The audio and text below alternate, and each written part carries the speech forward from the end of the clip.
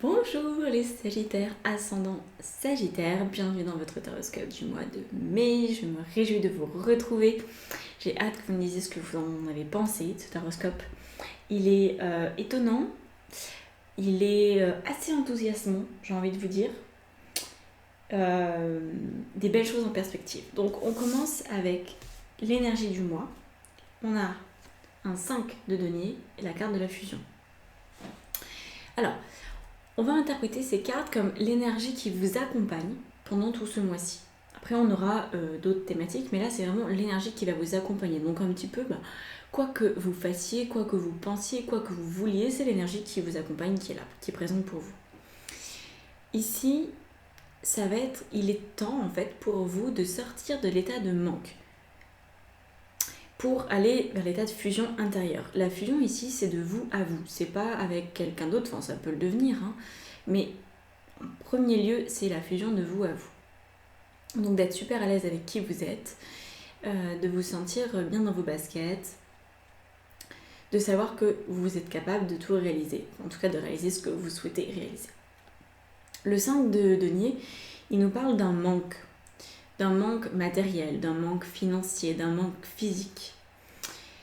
Et justement, tout l'objet de ce mois-ci, c'est de vous rendre compte qu'en fait, il n'y a jamais rien qui vous a manqué dans votre vie. C'est juste que les cartes ont été distribuées comme ça pour vous, mais sous les manques apparents, en fait, il y a beaucoup de ressources. Et c'est ces ressources-là que vous êtes en train de retrouver. Et du coup, vous commencez vraiment à pouvoir fusionner avec vous parce que vous vous acceptez. Je vais donner un exemple par rapport à ça. Par exemple, vous voudriez être Superman, mais vous êtes né avec sans les capacités de Superman. C'est ok. Ça ne veut pas dire que vous ne pouvez pas être Superman d'une autre manière.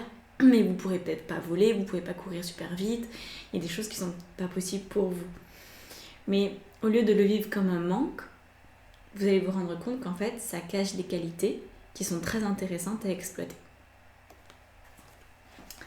Alors, regardons maintenant les préoccupations. Justement, les préoccupations sont très en lien avec les énergies du mois, donc je pense que ça va plutôt être facile pour vous ce mois-ci, parce que c'est déjà assez évident. Donc, on a la carte de la réussite, et l'arcade majeur du monde. Donc, vos préoccupations, ça va être de sortir de votre bulle, de vous exposer, de faire partie du monde de plus en plus, en ayant la sensation d'en faire partie. Parce que parfois, on a un projet, on a une envie, on a une nouvelle relation, on a quoi que ce soit. Donc on ose sortir, on ose aller vers l'autre, on crée une situation qui nous plaît, mais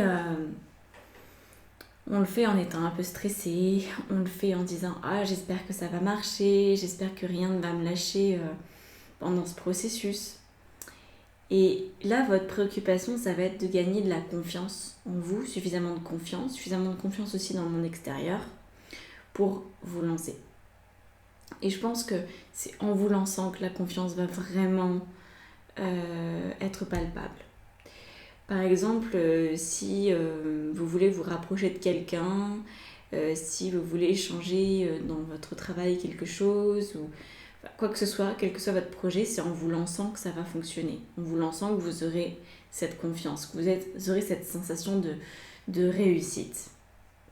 Donc la préoccupation, c'est ça. C'est d'un côté, vous savez que c'est en vous lançant que c'est ça qui va vous donner la confiance, mais d'un autre côté, vous espérez peut-être avoir des preuves pour pouvoir vous lancer. Donc la préoccupation, c'est toujours une forme de dualité à l'intérieur de soi. C'est on sait que, mais par contre, est-ce qu'on le fait ? Bon, voilà, c'est toujours un peu la même histoire qui parfois nous travaille et nous fait aller à l'encontre de ce qu'on veut vraiment.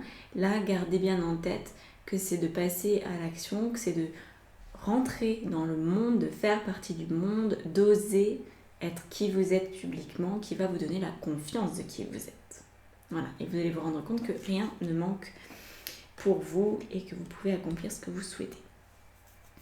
Au niveau relationnel, on a la reine de denier et la carte de la renaissance. Alors je dirais qu'au niveau relationnel, c'est très important ce qui se passe.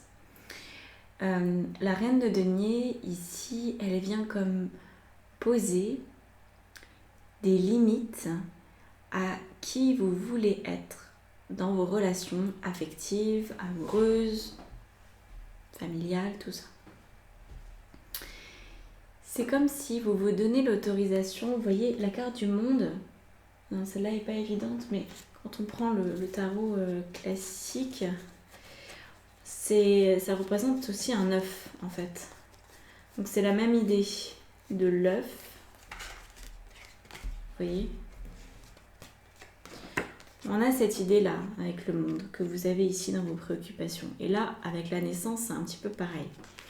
Parce que ça nous donne l'idée que vous êtes, en vous lançant dans le monde, vous êtes en train de renaître à vous-même. Et ça va beaucoup impacter vos relations.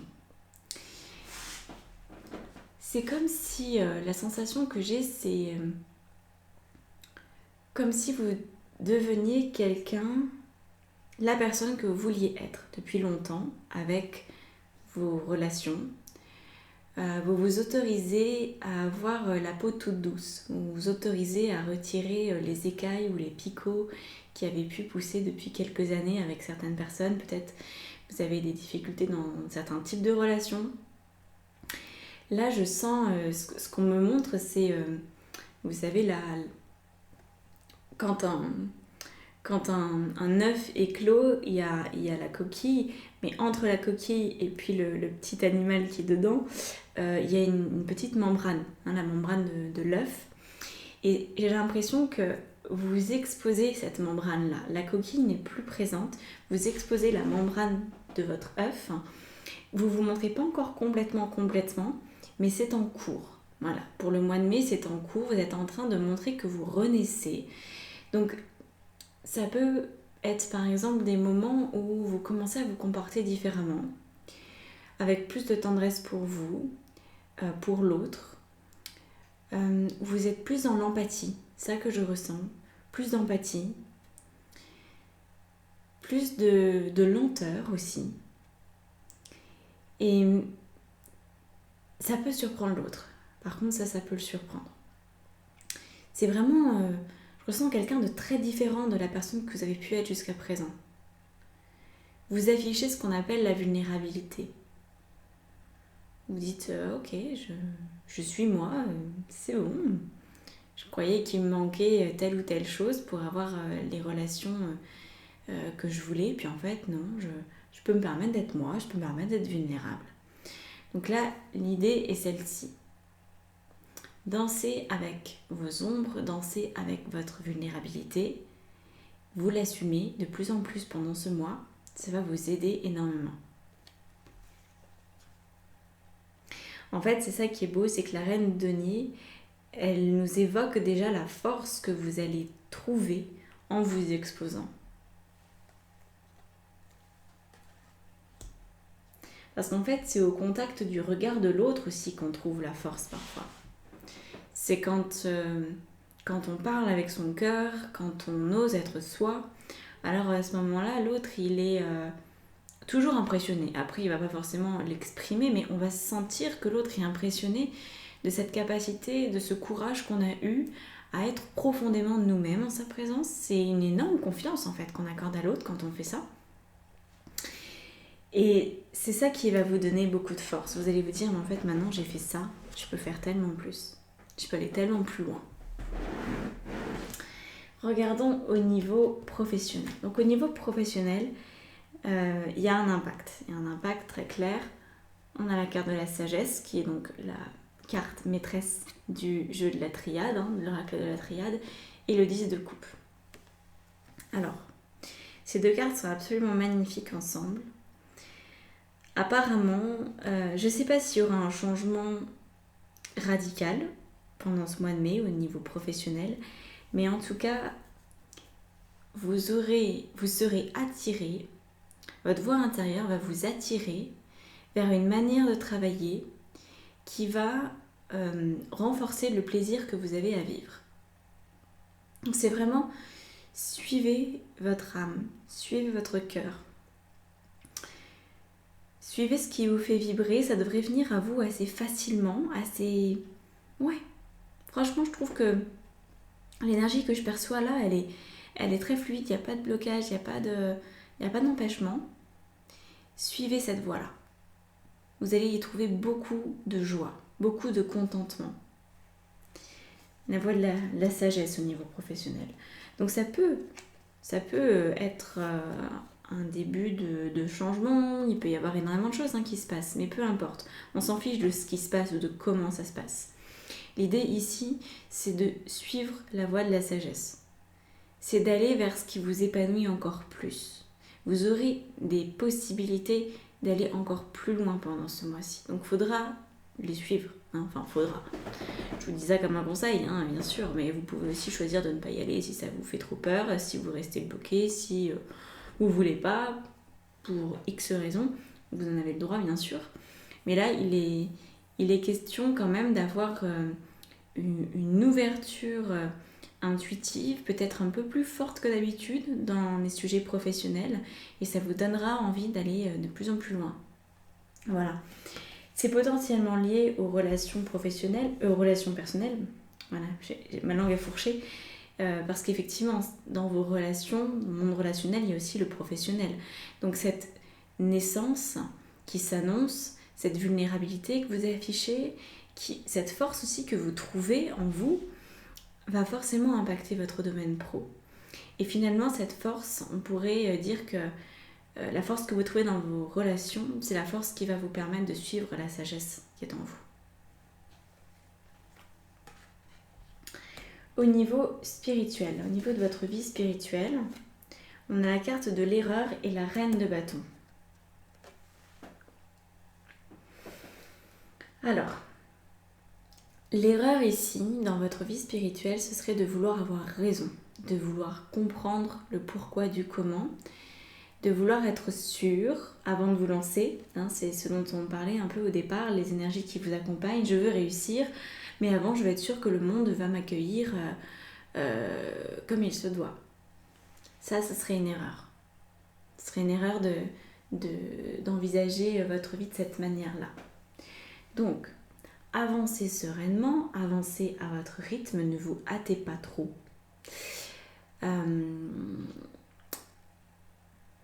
Attention à l'action, les Sagittaires, attention. Je sais que vous êtes un signe de feu, je partage votre engouement pour l'action, mais avec parcimonie quand même, ok ? Pas trop. Parce que là, si vous êtes trop dans l'action, toute cette partie sagesse, d'âme, renaissance, vulnérabilité, elle ne pourra pas prendre sa place, ou pas suffisamment. Donc là, la facilité pour vous, la fuite, ça serait de mettre en place trop d'actions. Vous avez besoin de recevoir des informations avant de passer à l'action, et vous avez aussi besoin de ne pas remettre en question les intuitions que vous avez. Ça, c'est quelque chose de très fréquent que j'ai avec mes clientes en coaching. Je leur pose une question, elles ont la réponse qui leur vient intuitivement, et elles me donnent une autre réponse. Et je le vois parce que on voit les gens quand ils réfléchissent. Et là, je leur demande, non, mais la première réponse, celle qui est venue avant que tu commences à cogiter, c'était quoi ? Oh, c'était ça, mais bon, je sais pas si c'est vraiment juste. On s'en fout. Vraiment, ça c'est très important pour vous. Ne remettez pas en question la première impression. La première impression est toujours la meilleure, c'est la bonne. Quand ça passe dans la moulinette du mental, de la raison, de la compréhension, alors là c'est foutu. Et c'est là où vous êtes dans l'erreur. Donc pour vous, comme avec mes clientes, revenez, observez-vous et dites-vous, ah non, attends, là, la réponse que je suis en train de me donner, elle est déjà issue d'un raisonnement. Donc je vais revenir à la première sensation que j'ai eue et je vais agir en fonction de ça, même si je ne comprends pas, même si ça ne fait pas sens, même si ça ne répond à aucune logique. Parce que tout ça, tout ce qui est en lien avec le sens, le savoir, la logique, c'est tout sauf ce que vous devez expérimenter ce mois-ci. Si vous restez là-dedans, vous n'allez pas évoluer comme vous pourriez le faire. Donc ce serait dommage. Voilà.